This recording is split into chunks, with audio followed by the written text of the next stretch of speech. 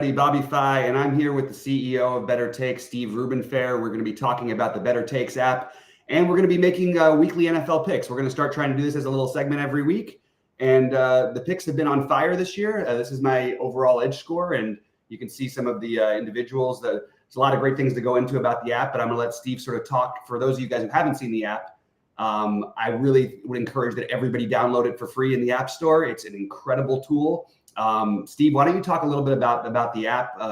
You don't need to talk about how it entirely came to be, but you can go into whatever detail you want and talk a little bit about some of the strengths and advantages that it provides. So what our app does is it helps you understand your own play, your own betting. You're doing a lot of research out there. You're listening to a lot of guys like Bobby. You're trying to coalesce a lot of data and you come up with a pick, but you're missing kind of a very important piece that you should be factoring in, which is how you do when you make this type of bet. And what we do is we build tools that help you try to figure that out.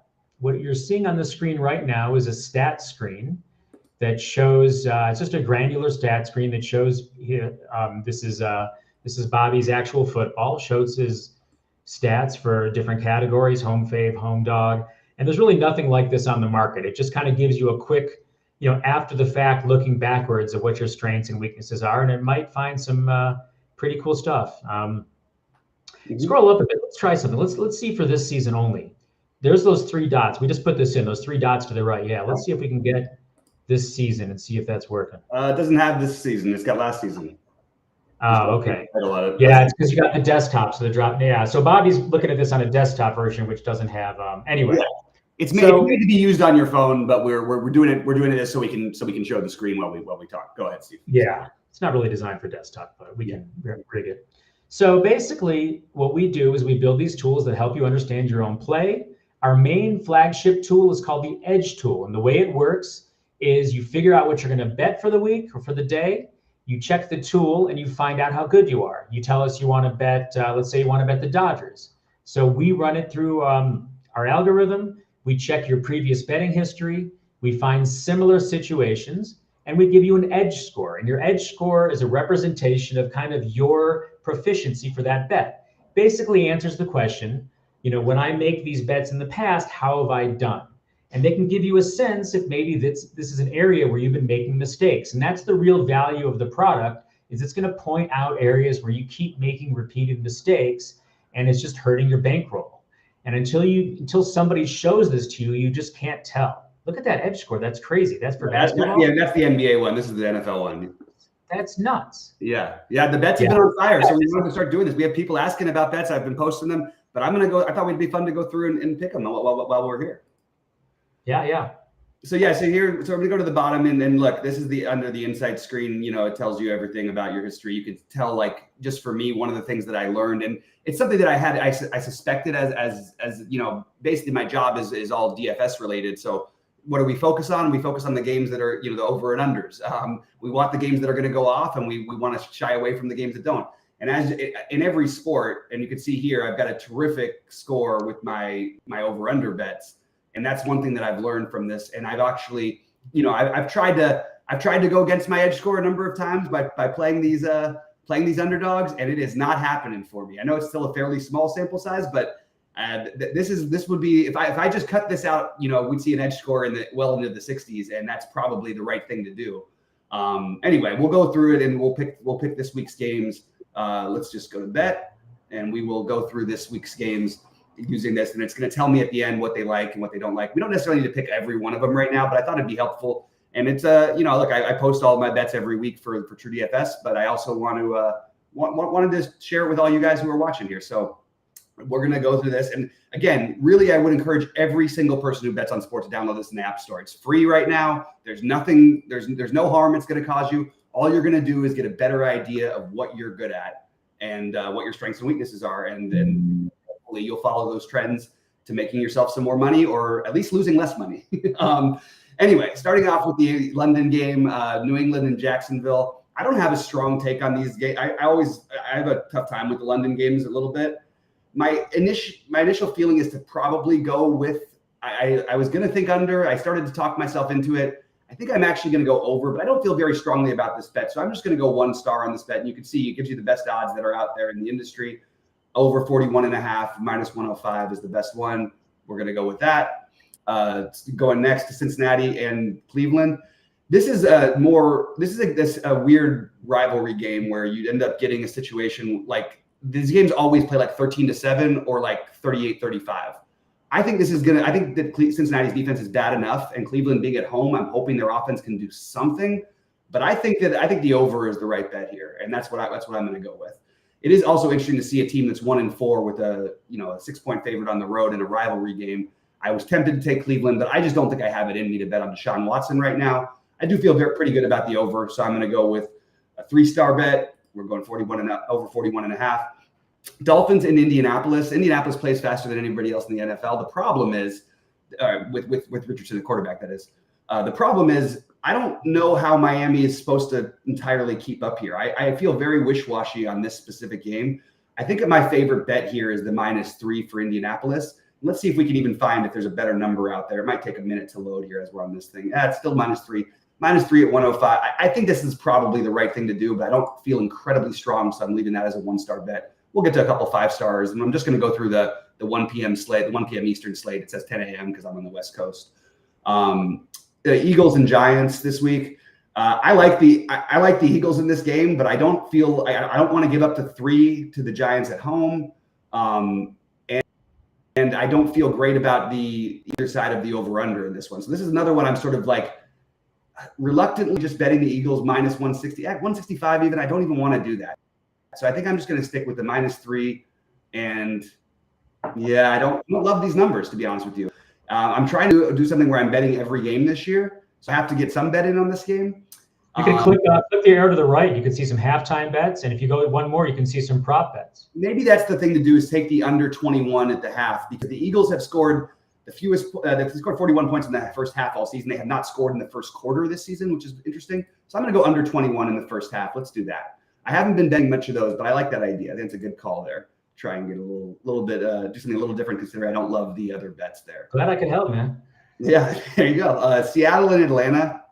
I like this game to go over. I know it's a big, hefty over, but I really don't see these teams slowing anything down. I really like this game. It's going to be a great game for DFS. I feel pretty strongly about this one. So over, when you get 50.5 at -104 and FanDuel, let's take that. I think that's really, really a solid bet. I also like Seattle plus the points here. I think Atlanta's a little bit overrated. So I'm going to take Seattle +3. Tempted to just, you know what, maybe we just bet it outright. I think +136, and you'll see we might get some +130. You know what? I think I'll go back to the +3. But you'll see it might give us some ideas of some suggested bets once we get there. This is maybe my favorite spot to attack this week. I like the over in this game too. But I also think the Lions should be like bigger favorites. I think they should be big favorites here. Actually, I like the Lions a lot better than I do. I think the Vikings have been great, and I think they're somewhat for real. But I think it's getting a little bit they're getting a little too much credit, I'd say. I think the Lions are really, really good. So taking the 1.5 to see the numbers drop from the original line, and we're just going to go through the next couple games and I will do the rest of them. I'll post on the site. Texans in Green Bay. I think this is, again, I thought this was like a mistake when I saw this over-under. It's good weather. It doesn't make any sense to me. Yeah, we're no Nico Collins. Yeah, they've been running the ball more in Houston. I love the over here. This is a 5-star bet for me. This is one I'm actually going to go out of my way. I'm in California, so I can't bet it directly. But I'm going to call my buddy up and have him place that one for me. I don't know if I'm allowed to say that, but who cares? Don't say that. I also like the Texans to win this game, and I feel pretty good about it. I don't feel great about it. Let's put it that way. But I like the +132. I like the +2.5. This is the game that I'm probably gonna make or break me. I'm gonna have it in DFS. I'm gonna have the bets out there. Really, really like that game that is getting a little bit overlooked. I like the under in this one. It's a low under. It doesn't feel great. I think the Bills win this game fairly handily, and I'm gonna stick with the under 41 at -108. Seems like the best number for me, and that's where I'm at. So then we're gonna go next to analyze my bets, and you can see the suggested bets here. Steve, talk a little bit about the recommendation engine. So you can see his edge scores there. So basically, we start off with, let's see the very first bet. He's betting Jacksonville over 41.5, and he's got an edge score of 55.52. So our analyzer's gone. They've looked through his past history. They found bets that were similar in the past, and they took a whole bunch of variables and gave him one number. And that's basically his proficiency for that particular bet. And that's a good number. That 55 is a very strong number. But then below it, we got this yellow thing. And what the yellow thing is saying, it's our recommendation engine. And that's kind of a separate analysis. And what that's saying is that instead of betting over 41.5, he should try an alt spread.